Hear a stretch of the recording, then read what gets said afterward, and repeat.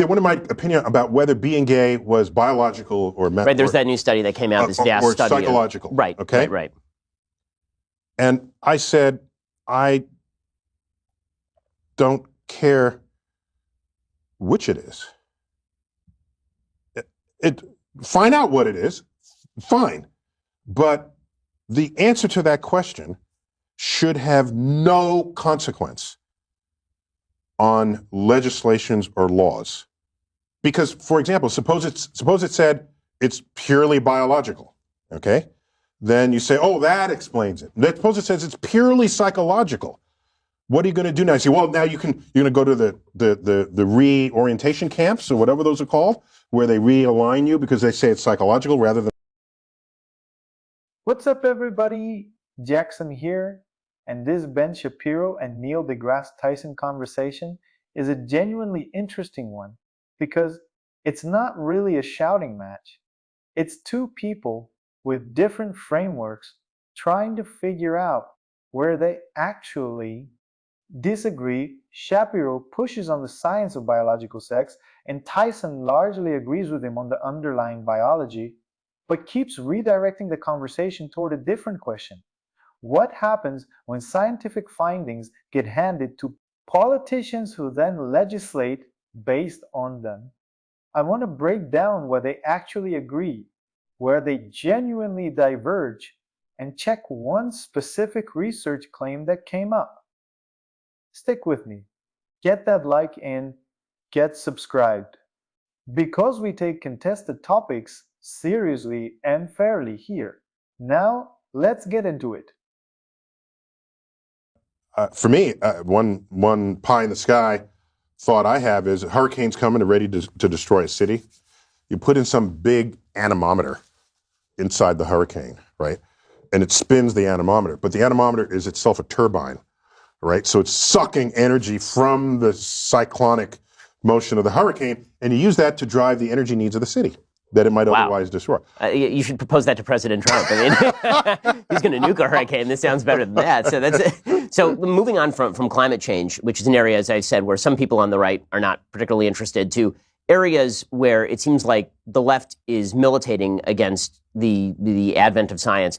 One of those areas is the area of transgenderism, where the argument made. Curiously, there's I have no transgender letters. It's true. It was just nothing in the book. Yeah, I know. So we've strayed now far from the topic of your book, but since I have you here and you're a science person who knows science, I'm going to ask you to science for me a little bit. Sure. But when it comes to transgenderism, the argument that is typically made by gender theorists is that gender is entirely separate from sex.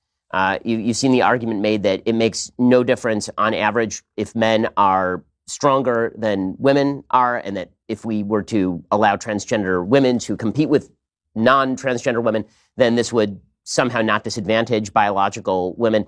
And this seems to me absolutely ascientific, that if we're actually going to have a discussion about gender and sex, that should be based in data, which suggests that mammals are in fact binary in terms of their sex, unless you have intersex birth defects typically, or genetic defects. I'm happy to opine on this.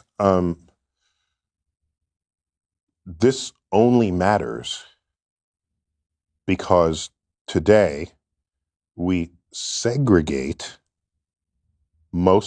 nearly all sports by gender. Otherwise, why do you even give a shit what someone identifies with? We live in a free country, and with consenting adults and people free expression of who and what they are. Man, on adult level, I agree with you. I think it doesn't matter what you teach That's what children. I'm saying. And so there's the matrix of what you are biologically, how you express yourself, who you choose as a sexual partner. If we actually live in a free country, as we tell ourselves, people's freedom to behave in any of those ways should not concern you at all. Nor are they requiring that you behave that way. Okay? Well, this is for their own freedoms, because we live in a free country. Now, what is unresolved here is, what do you do with sports? It's unresolved. And I've followed that closely, and I don't see any meaningful solutions to come down off of that. We know that hormones manifest differently in different people, and there's the whole thing with steroids. Steroids are hormones, right? And we rallied against steroids in professional sports because it gives you an undue advantage. So, and I've tried to think of what the future of sports would be in the world of a gender spectrum. And it may be, you don't specify whether it's a male or female sport. You just take measurements of what your hormonal balances are.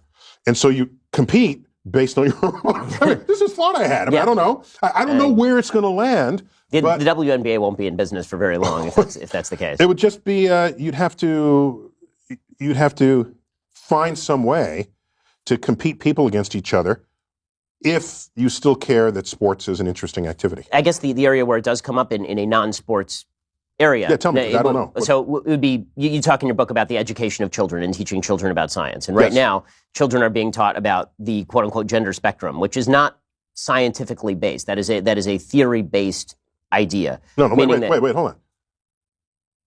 People express themselves on a spectrum. So you learn that. That's a social point, not a scientific point. It's meaning we express ourselves hold on. Based in different languages. Is that something you teach in science class, or is that something that you teach when you're teaching a language? So whether the fact that people want to express themselves on a spectrum, on a gender spectrum, whether that fact is something you want to put in a sociology class or in a science class, maybe that remains to be determined. But it is a real fact about real society. Well, of course, nobody's denying that people identify how they want to identify. So the question is, what is the relationship of that to biology? Meaning that the argument is made that trans women are women, for example. And what that seems to mean is that trans women are identical to women. Now, if people want to say trans women are not biological women, obviously that is the case. But people don't seem to want to say that, although that is obviously scientifically true. Trans women are not biological women. Biological women are biological women. But where are you going with this? What are you trying to accomplish by asking yourself, is it science or is it not science? It's people in society. But this is a perfect example of an area where suddenly it doesn't matter to say things that are just true. Like, why is it bad or wrong to point out? I have another way to approach this. I care what is objectively true in the world as a scientist. But let me not say even as a scientist. I just simply care what is objectively true. And science happens to be a pretty potent path to invoke, to find out what is true. And so if people express themselves on a gender spectrum, and that is an actual thing in an actual society, if we have not fully explained that scientifically, that's an interesting frontier to study. If you want to say it's only sociological, then it's the purview of the social sciences. I don't care who studies it. It's an interesting fact about society that's worth learning about. To fight someone and say, it's not biological, it's just it's real and it's there. Well, because it's real because it manifests. But it is real because it manifests. But the question of how to classify manifestation is a scientific question. Meaning that, for example, there was a woman over at Brown University. Mm-hmm. She came out with a study that suggested that there was a phenomenon called rapid onset gender dysphoria, in which a member of a particular group would suffer from gender dysphoria, and this person's immediate peer group would suddenly have an onset of gender dysphoria. This paper was so controversial that Brown tried to pull it, and then was forced to reassign it later. You see this sort of treatment. That's a different question. What you're asking now is, are there some topics that should not be studied scientifically? Right. And is there some taboo? And Sam Harris speaks a lot about this. Yes.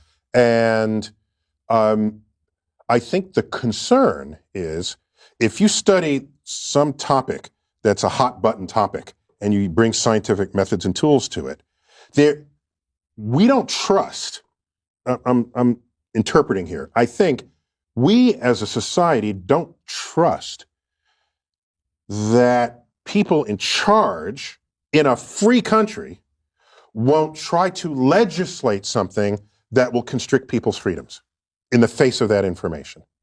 I think that's the fear.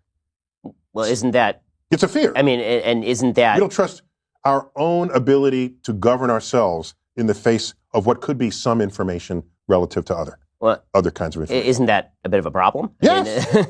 Yeah. It's not. It means it's not a free society. It's not a society of free inquiry, which I think you need ultimately. But yeah. My general take on all of this stuff, from climate change to gender dysphoria to all of these issues, is bring out the science and then let's hash it out. I think that the problem I'm seeing on a lot of sides is, what is your motivation? Why? Right? Why does that matter? It matters because if you have political power, you could end up creating legislation that subtracts freedoms from people who previously were enjoying the same freedoms as you. The history of that exercise Then make a better argument. Doesn't end well. Well, but the history of which exercise? Bring out all the science and let's hash it out? I'm saying if you bring out all the science and the politicians hash it out, the history of that exercise is a recipe for disaster. Let's start with where these two actually agree, because it's more than you'd expect from the framing. Tyson doesn't dispute the basic biological claim that sex in mammals is typically binary outside of intersex conditions, and he explicitly says trans women are not biologically identical to biological women in the strict physiological sense. That's not really a point of scientific disagreement between them. Where they diverge is on a different question entirely. What follows from that biological fact, and specifically, who gets to decide what follows from it, and how. Tyson's central argument is essentially a caution about the historical relationship between scientific findings and political power, that once a scientific claim becomes politically consequential, there's a documented historical pattern of governments using that claim to restrict people's freedoms, and that this risk exists independent of whether the underlying science itself is accurate. He raises the example of whether sexual orientation is biological or psychological, and notes that either answer has historically been weaponized to justify restricting people's rights, depending on which framing was politically convenient at the time. That's a real defensible point about the history of how scientific and pseudoscientific claims have been used to justify discriminatory policy, and it's worth taking seriously as a caution independent of any specific current policy debate.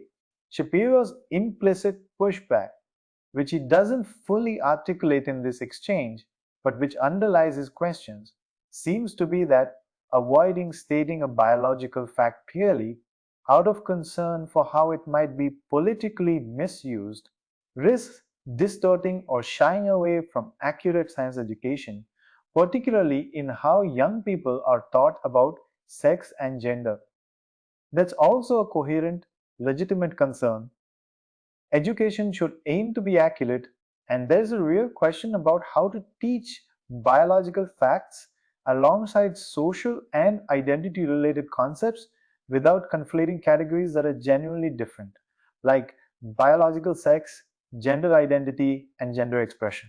On the specific research claim about rapid onset gender dysphoria, a controversial concept from a study associated with Brown University that reportedly faced a research retraction controversy, this is a real, documented episode in the broader debate over gender-related research, and the study and its subsequent controversy have been the subject of extensive discussion both within and outside the scientific community, including significant methodological criticism of the original study's design. It's worth checking the specific details of that controversy directly, including both the methodological critiques of the original research and the debate over the university's response, rather than accepting either side's brief characterization of it as the full picture, since it remains a genuinely contested piece of research within the relevant academic fields.